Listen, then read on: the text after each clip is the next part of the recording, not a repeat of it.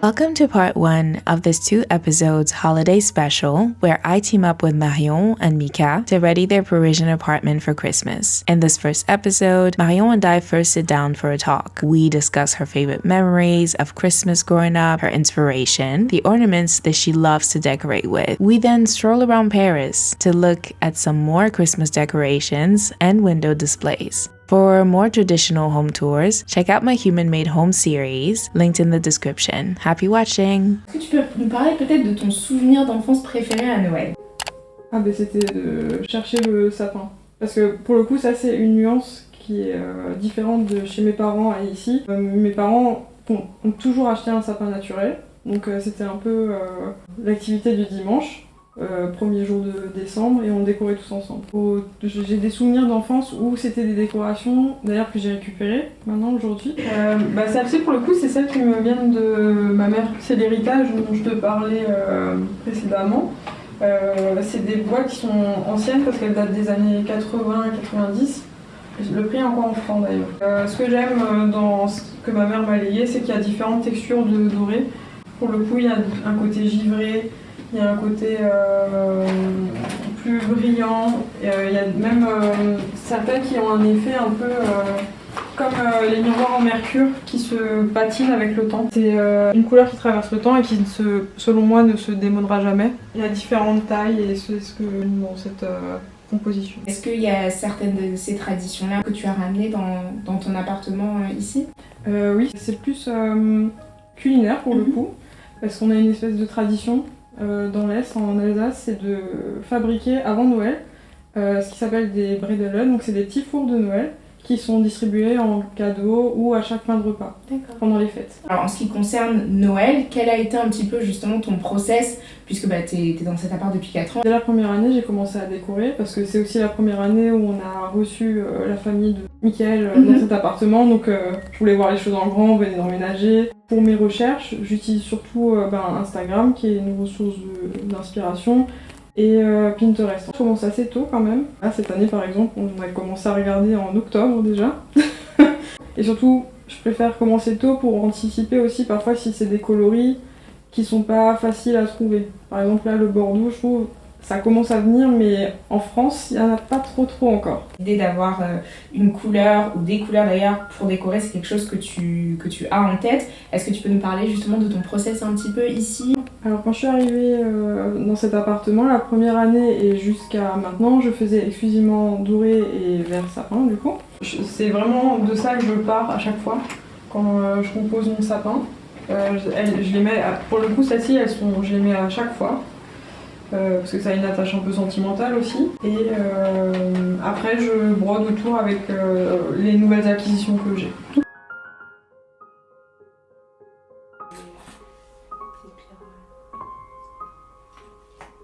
Comment ça soufflé, ça se voit que c'est une soufflée. Ouais, alors. Parce que t'as encore le. Ouais.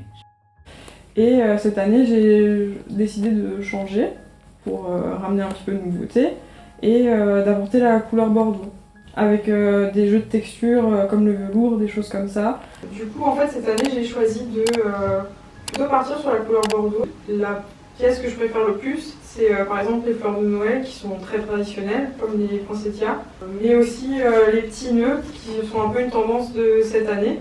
Et surtout mon gros coup de cœur de cette année, c'est ces boules en velours. Celles-ci aussi sont très sympas, qui ont pareil un petit relief en velours, mais qui ont un petit twist avec des lignes dorées, justement pour faire ce rappel avec les décorations dorées qui me viennent de ma mère. J'avais aussi ces décorations-là que je trouve très sympas, donc c'est des décorations en papier.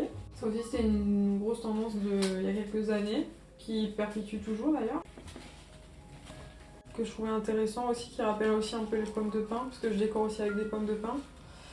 Et sur la tranche c'est légèrement doré, donc ça fait toujours écho à du coup les décorations dorées desquelles je pars initialement. Il faut savoir que j'étais avant en bureau de tendance, donc c'est quelque chose qui me plaît de faire de la recherche pour l'intérieur, mais aussi la mode, et de m'inspirer avec tout ce que je vois, les films, la musique.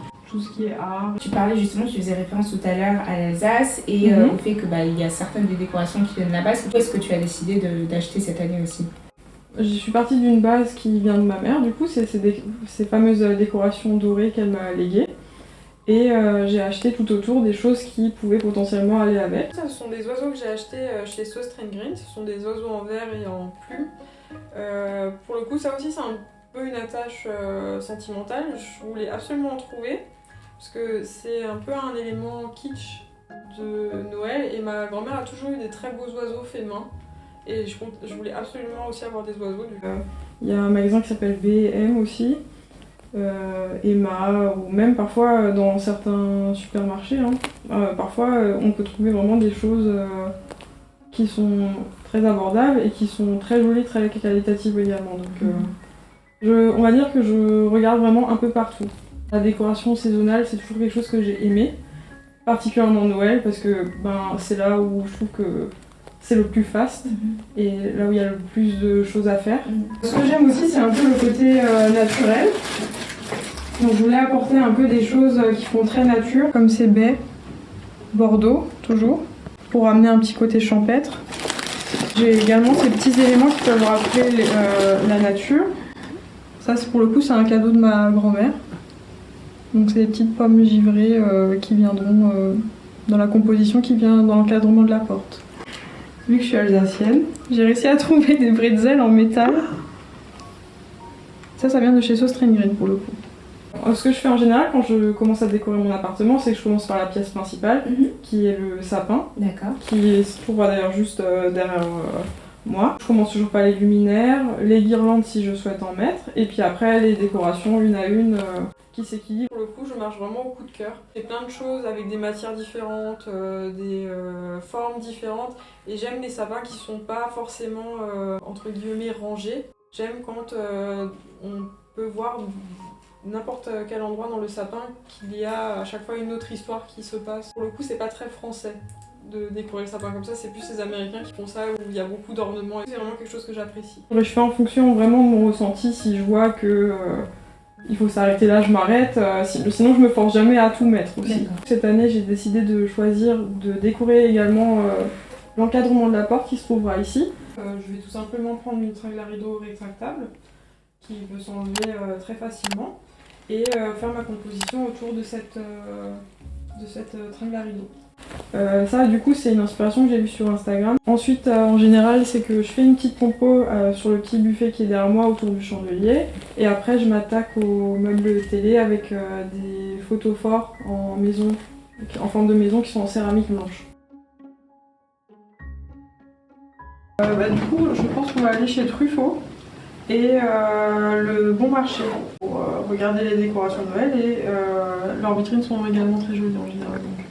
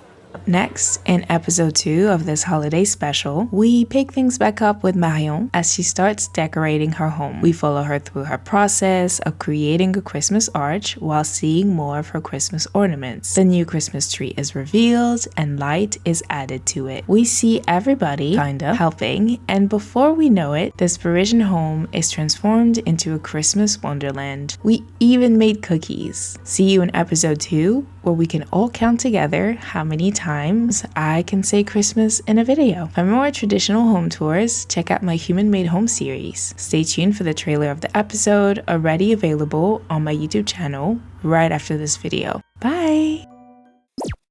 What do a Mediterranean oasis, a chic Parisian boudoir, and a colorful family home have in common? Well, these are the next 3 new episodes on Human Made Homes.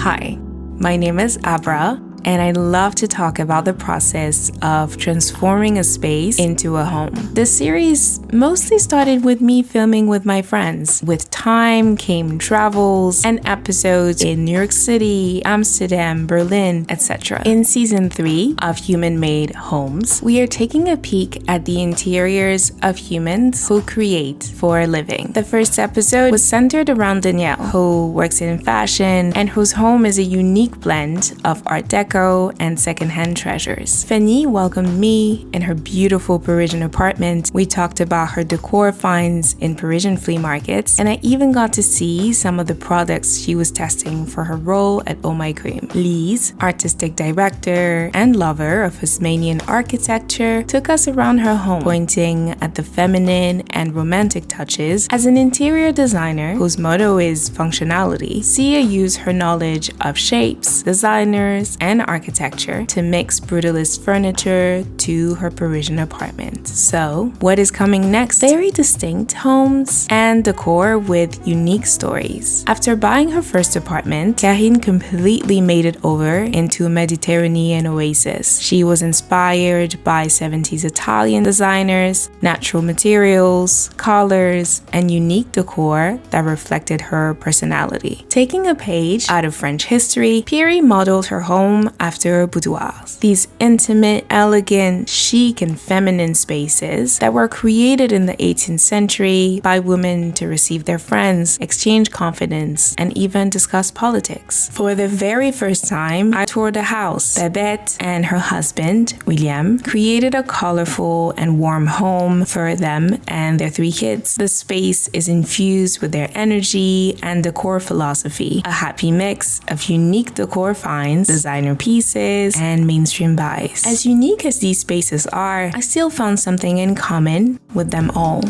Each time I was told the stories of these unique homes by the human who made them, I found myself captivated by the transformation of each space into a unique home. Here are some of the human-made homes I was inspired by, and I hope you will be too. If you are new to this channel, you can watch full episodes of the series, all available on my YouTube channel, Abra da Graça. The links are in the description as well as the comment down below. You can subscribe to this channel as well to watch the new episodes as soon as they are out. I will see you all for the next episode of the Human Made Home series. Thanks again for watching, and see you next week. Bye!